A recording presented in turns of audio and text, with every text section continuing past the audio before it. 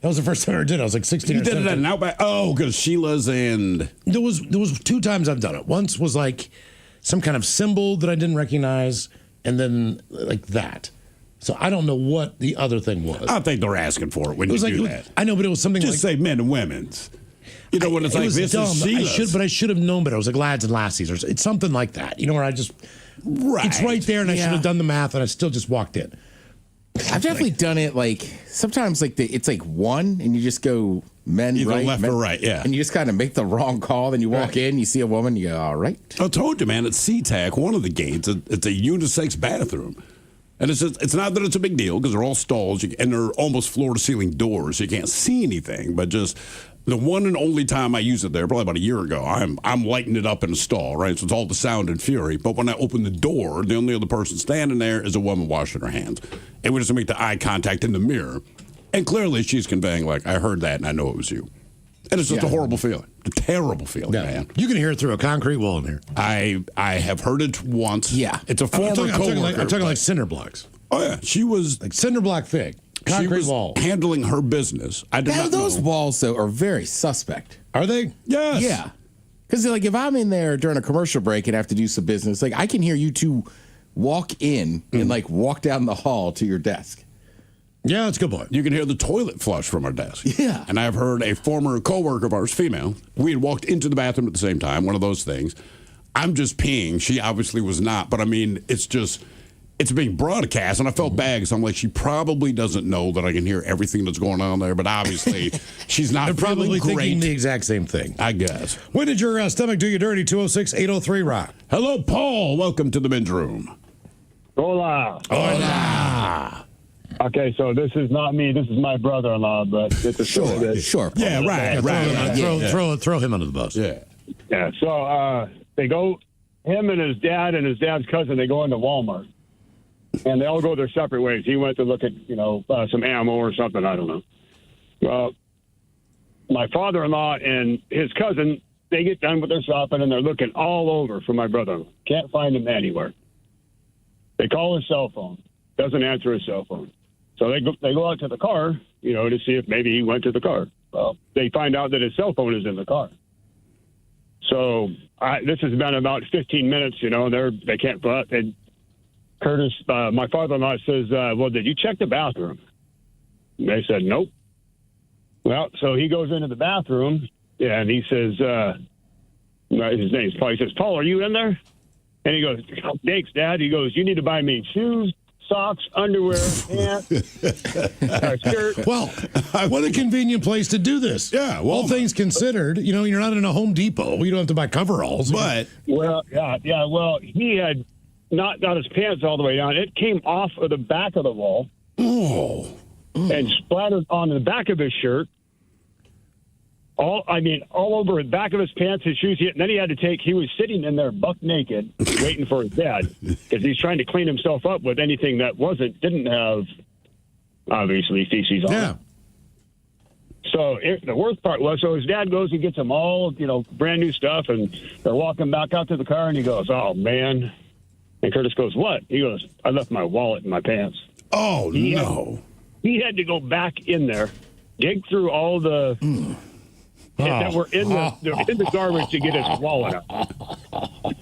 Are they solo bathrooms, man, or is it like, multiple people can be in there? Yeah. No, it's multiple. And he was literally cleaning himself buck naked luckily, when he said there was nobody in there, when he was sitting at the sink trying to wash his junk, and I'm like, oh, my God.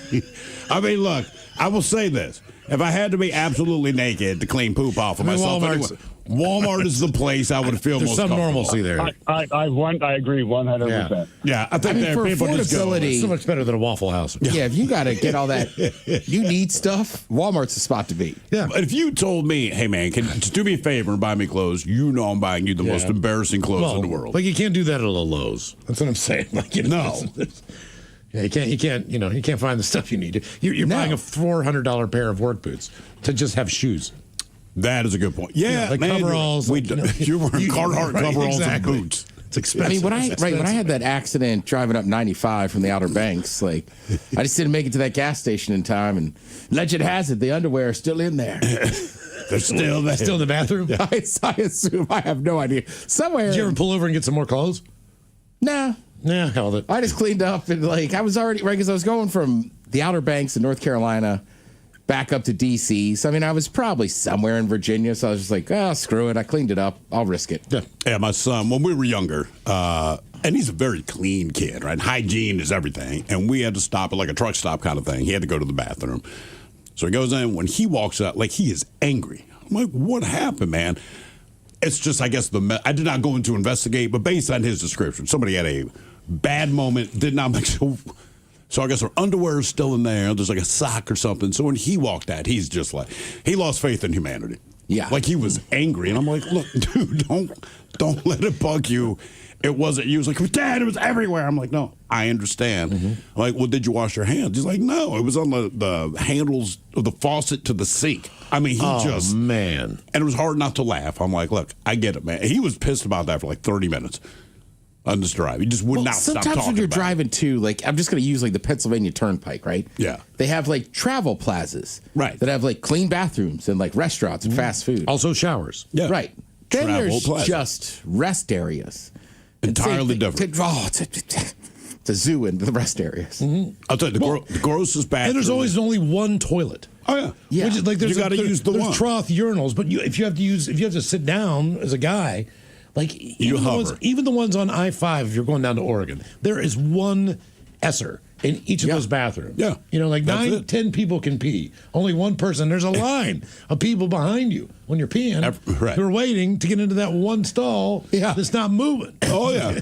Oh, yeah. Jesus. When did your stomach do you dirty? 206-803-ROCK. Hello, Saul. Welcome to the men's room. Hola, how's it going? Hola. Good, Saul. How are you, man? It's Sal. But no big deal. Sal. Oh, what's up, Sal? What up, Ted? All right, so about 10 plus years ago, I was still active duty military at the time, and that plays into the story later on. I went to visit my buddy in Charleston, South Carolina. And at the time, my favorite thing to do is drink Crown Royal and basically just water. And for 2 days straight, all I did was Crown Royal and water. And it did really good for me until the Sunday, the third day. The third day, I woke up and had the worst case of bubble guts. But I'm used to having bubble guts, so it's no big deal. So I kind of just powered through it. And he asked me, he said, hey, you want to go to this sports pub, watch some football? And I love watching football, and he loves Raiders, and he likes watching crappy football too. And so we're watching the game, and halfway through it, it's almost halftime, and I know my bubble guts are spinning, and I was thinking to myself, the best time to go to the bathroom is before halftime, because at halftime everything's going to get crazy. Oh, yeah. So as soon as I stood up, I got the face sweats and the mouth drools. And I know that if I get the face sweats with the bubble guts, I know something's going to happen.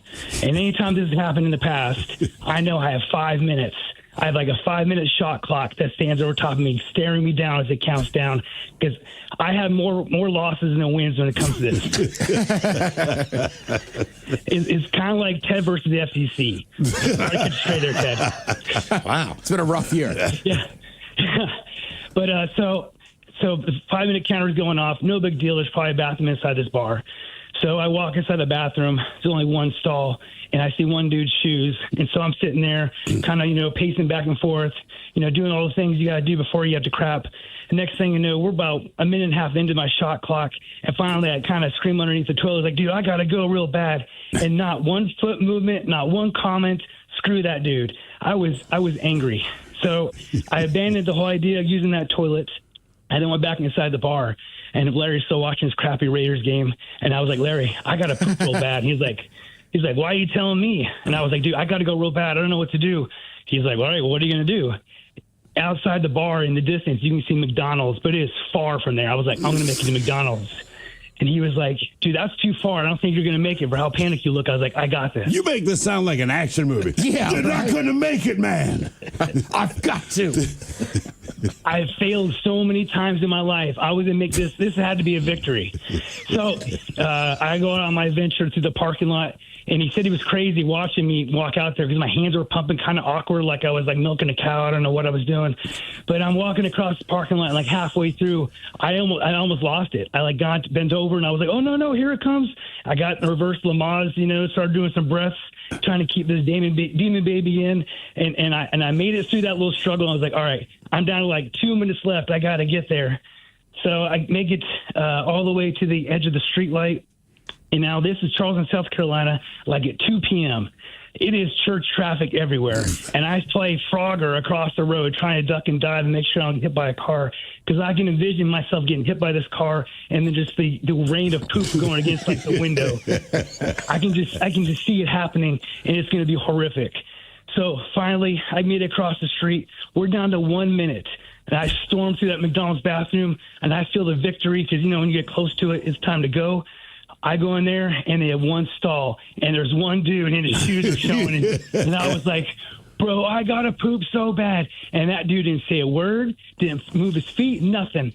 I am panicky, and I know this is it. This is the end.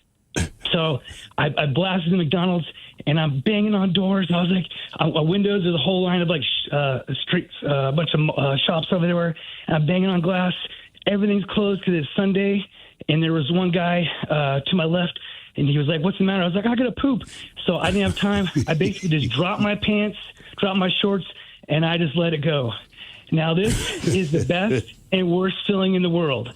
For one, the dude next to me who saw me do this is screaming at me. He's like, dude, my kid's in the car. I was like, does it look like I want to poop here? It doesn't look like I want to poop here.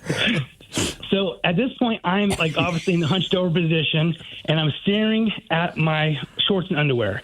Now, usually I have a rule. If I'm going to have an explosion in a toilet, I know not to push, because if you push, you got to clean up a mess because of splashback. Now, I know that I don't have the same concerns here, so I pushed with all my might to make sure that I don't hit my pants and my shorts. And I noticed that I didn't hit anything. I was like, man, this is the best feeling in the world. As I bring my head up to look, it is the worst feeling in the world, because in front of me, 20 feet in front of me, is the lady at the drive-thru at McDonald's watching me do this. She's probably a 19-year-old black chick. Her mouth is agape, seeing this devil just completely unleashed on this building right across from her.